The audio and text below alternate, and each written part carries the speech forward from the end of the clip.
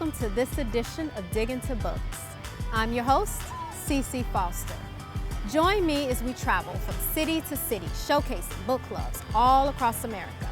Today, we are here in sunny Los Angeles, and we'll be meeting the lovely ladies of Sisters with Books as they dig into Winch by Dolene Perkins Valdez. Are you ready to meet them? I sure am.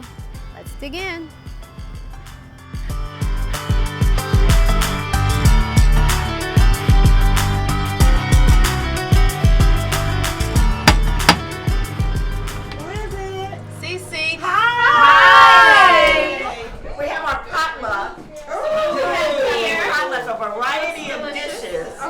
We're sisters with books, not sisters who cook.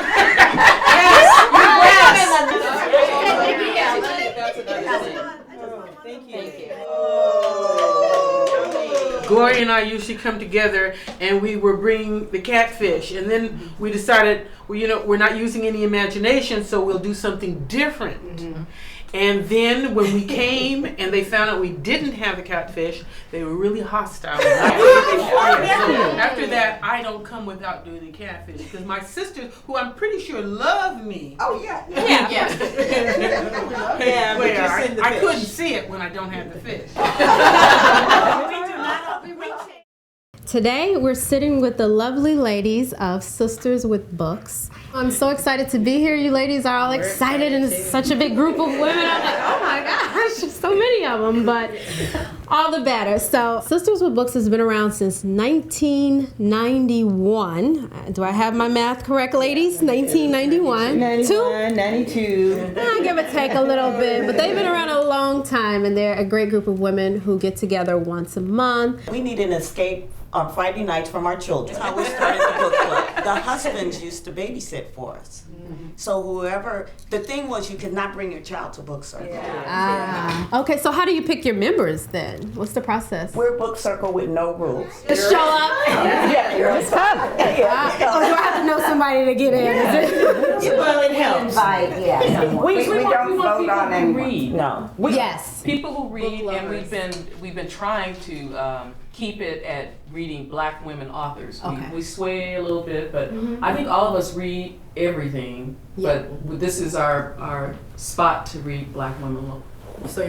I think at the end of the month when we come together, we haven't seen each other for a while, so it's a time to catch up, and we do our little sidebars, we have our food, and then we remember that we're here to read a book. But we're serious about reading the book, but it's a good time for us to fellowship together and just enjoy each other's company. This has been my therapy group. They've taken me through divorce, through teenagers, through everything, and without these ladies, I don't think I'd be the person I am today, because they're very instrumental in my growth and development as a person. It has been a journey of growth, a journey of just maturity, of discovering what womanhood means to many of us, marriages, how our relationships work. Menopause.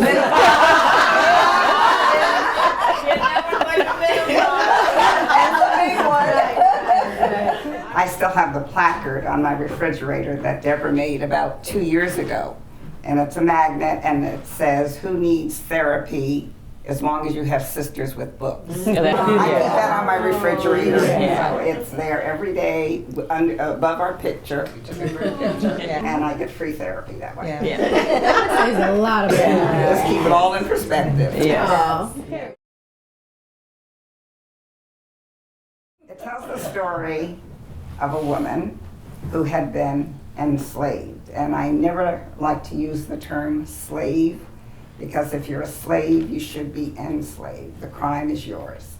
If you're enslaved, the crime is that of the person who enslaved you. It tells of a time where the enslavers took the women who were enslaved out of the South, took them to a resort in Ohio, and they were allowed to be in this somewhat integrated environment because it wasn't in the South. But they were treated as wenches. They were not there to interact with the non-Black They were at the will and mercy of the white men who enslaved them. And it tells the story actually of women who bonded as we do. And it was phenomenal. The word wench is described at the beginning of the book. They give different dictionary definitions. In 1290, it was a girl, maid, young woman, a female child. In 1362, it was a wanton woman, a mistress. In 1812 and 1832, it's described as a black or colored female servant, a negress. By 1848, it was a colored woman of any age, a negress or mulatress, especially one in service. And in 1848 is when the story takes place, right before the Civil War. Tell me about Lizzie. Lizzie was one of the main characters, and her master was Drell. What do you think about their relationship, Lizzie and Drell? You know, that relationship for me, I thought was extremely interesting because it was a different type of story of slavery than I think we've read, at least recently, because you could really think about that relationship almost as a love story. I mean, did she really love Drell? And did he really love her? Because he did treat her when they were on these resort trips as a woman, she still was a slave, but there were instances where she was able to dress up and go to dinner with her master, and he actually treated her as a lady would want to be treated if she were going out on a date or having dinner out. But I don't know if I agree with that. Okay, Gloria. I think you got that But one. Drell was a child molester. Yes, Right. yeah. Basically, Yes. He began his relationship with her Seducing her at 13. and when she was 13 years old.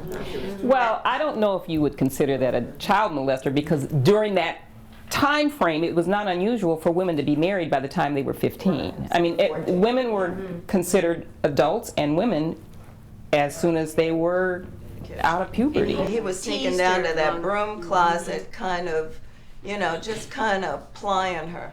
But, well, basically, I guess you would say building a relationship before he actually. He was courting her. Yeah, in the broom closet. So it's not like he didn't force himself on her immediately. How can you court in the closet? Well, As opposed to a master-slave relationship, and I guess not in the love sense, I guess, as we know it today, but as it relates to a master-slave relationship, I mean, he didn't force himself on her. He sort of seduced her. For sure. He took time to He took time sort of But he make could her. take time. She belonged to him. Yes. So is the relationship love? Did she love him? Did he love her? Many times in the story, she says that she loves him. And in some cases, she doesn't tell the other slaves, the other enslaved folks, that she loves him, because she thinks they will not appreciate that. That she is in love with her master. Yeah. But he did. He treated her in his home. He put her in the bedroom across from his wife's bedroom. Yeah. See, I slept with her. And slept with her every night. Yeah. So he did kind of raise her to a different status than the average person would have received, and she did get a lot of different treatment. And so so I do think she loved him. I don't know that he really truly loved her.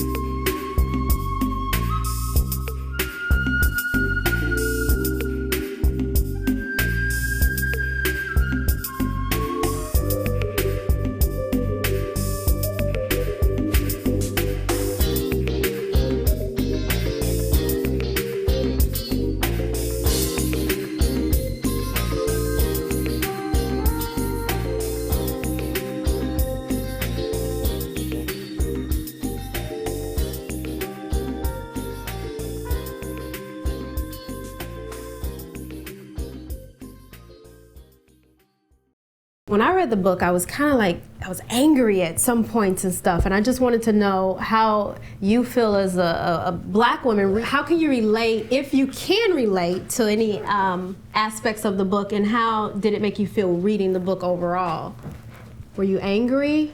It was at a point I almost didn't like Lizzie. Okay. Yes. Because Lizzie, you know, she was so subservient to him, and she was a tattletale. Yes. She, you know, she thought she was doing the right thing, and as I was reading, I said, I don't believe this. She's going to tell. Okay, is there a character in the book that, one of them at least, that you can kind of relate to on an emotional level? One woman I liked in this story, because I'm sort of a romantic, was Philip's wife. Philip was owned by Drell, but this woman, who was the daughter of a barber, she was a free woman, fell in love with an enslaved man. And the fact that she knew she was jeopardizing his life, because if he was going to leave his enslaved life to go with her, which meant death. And I If he was loved her caught. if he was caught, and the fact that she stuck through it. So I loved her character. But that speaks volume of how we stand by our men. yes, How we're supportive of our men. yes. I think that speaks volumes of that. Yeah, even back then, how, you know, you feel some sort of attachment, emotionally attached to men, even though the relationship may not be the best, you know, situation for you, but it's that emotional tie that keeps women there. You can't choose who you're going to fall in love with. Yeah, Right, absolutely. right. And And you it have to happens. choose them. Yeah, just like Yeah, because she took a man that didn't have a job.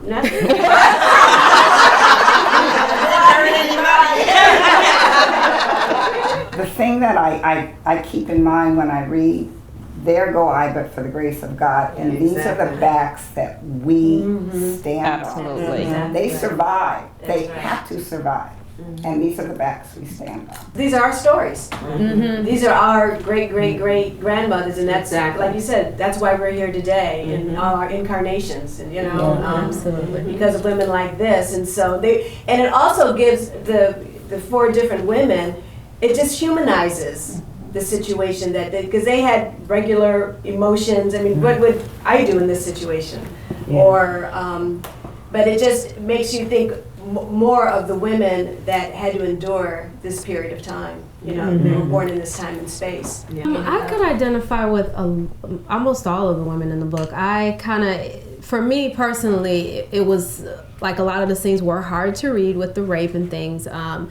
My mother is a survivor of some rape, as well as my grandmother. So it brought back, I was kind of reading it, I was like, oh goodness. But you know, so it brought back like memories of how she told me things that happened with her life. And you know, because growing up, my mom was always very protective of us. We couldn't spend a night over anybody's house because, you know, at the time she didn't tell us why she was so protective over us. And as I got older, you know, she talked to us and told us about what happened to her in the past and why she was the way she was. So as I got older, I understood where she was coming from with that. But reading it kind of felt like I was reliving, even though I wasn't there, I was reliving my mom's and my grandmother's experiences with, absolutely. And, you know, feeling less than human, and then having, you know, as a woman, for someone to do this to you as, you know, 13. She started when she was 13, and it just kept going on and on until he actually died. Just like Lizzie. Right. Yeah, was so 13. oh God, it was like reading that, I was just like, wow, this is really heavy. Now But it's officially part of I was just going to say, when we were saying earlier, Cece, about reading something. Okay, let's say you just read this book on your own. Yeah. You would never have been able to express that. Mm-hmm. Look Or what just share it happened. with And someone share it with who- someone. who cared. And so or- now we yeah. know something about you that, I don't know, just bonds us. Yeah. So ladies, after reading the book, what did you walk away with?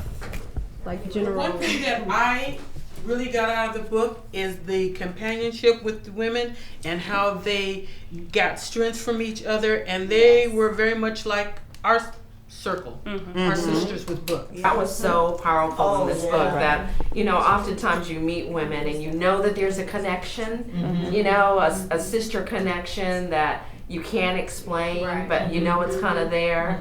I'm sure everyone's felt it. So And I felt it when I joined this group.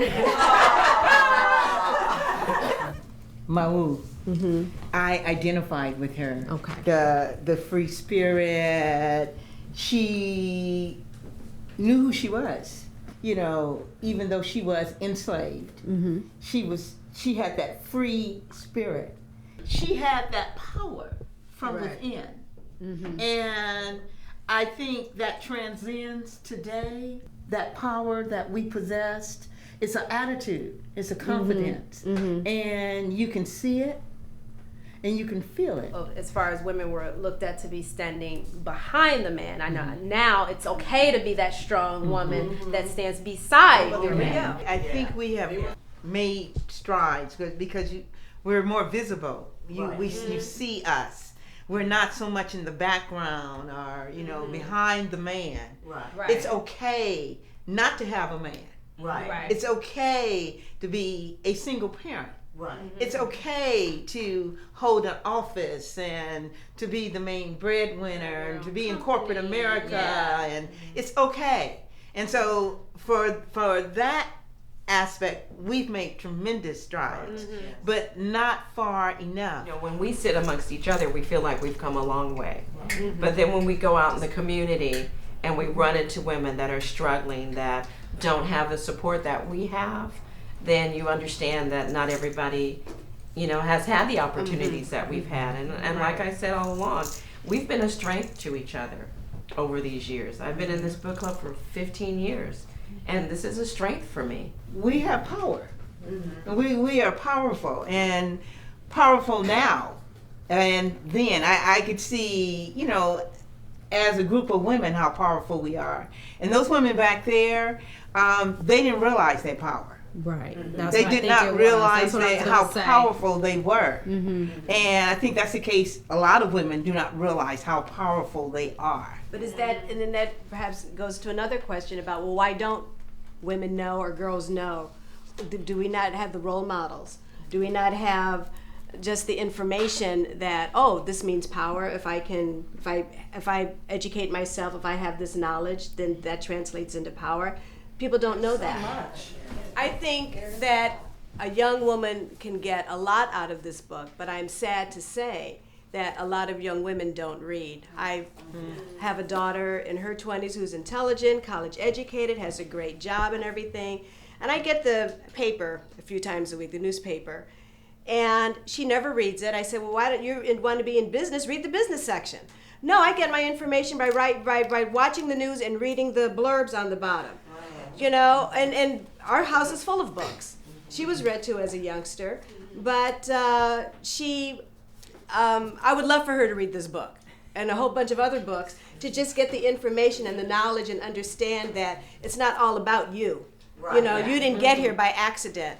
You don't have the things you have by accident. You can't know where you're going if you don't know where you came from. And so having that history captured, even though it's quote unquote fictional, it is based on historical facts.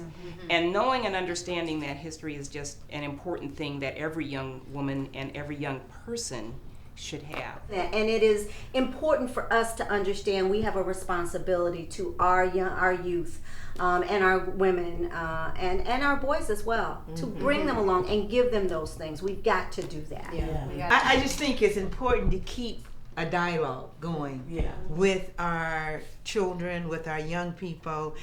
Sometimes we think they're not listening, and it may seep in. They may get a twinkle.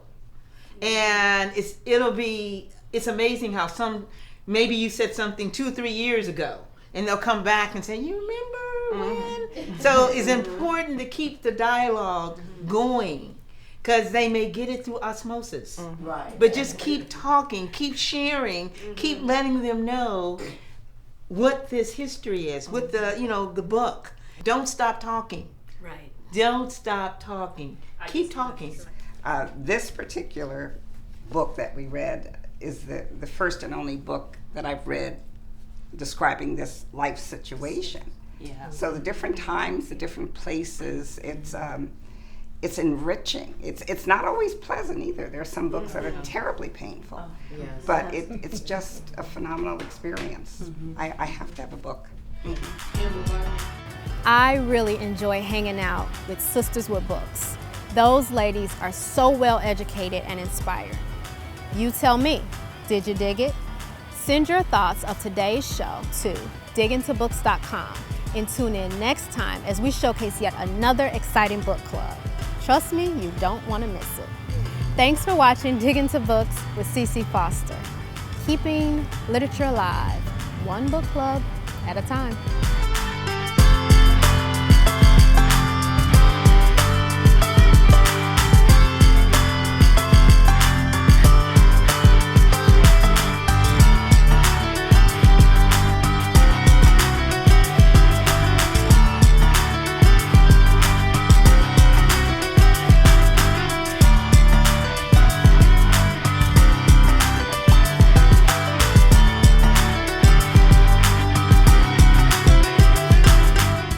But a lot of book circles now are opening their doors to a few men.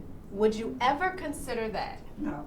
Just never. No. One time we did. I think when we read was it Waiting to Exhale, we wanted to ask some of our male counterparts to come, but they all chickened out. Just for that one. The only male we'll really, really, really want is Denzel Washington.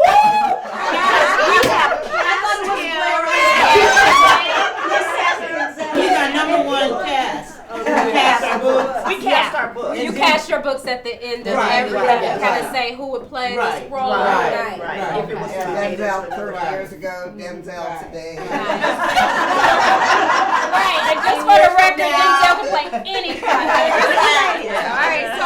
All right, so Helen, they're nominating you here as the You're the loudest, most energetic, outgoing one in the room. How does that make you feel? I'm touched.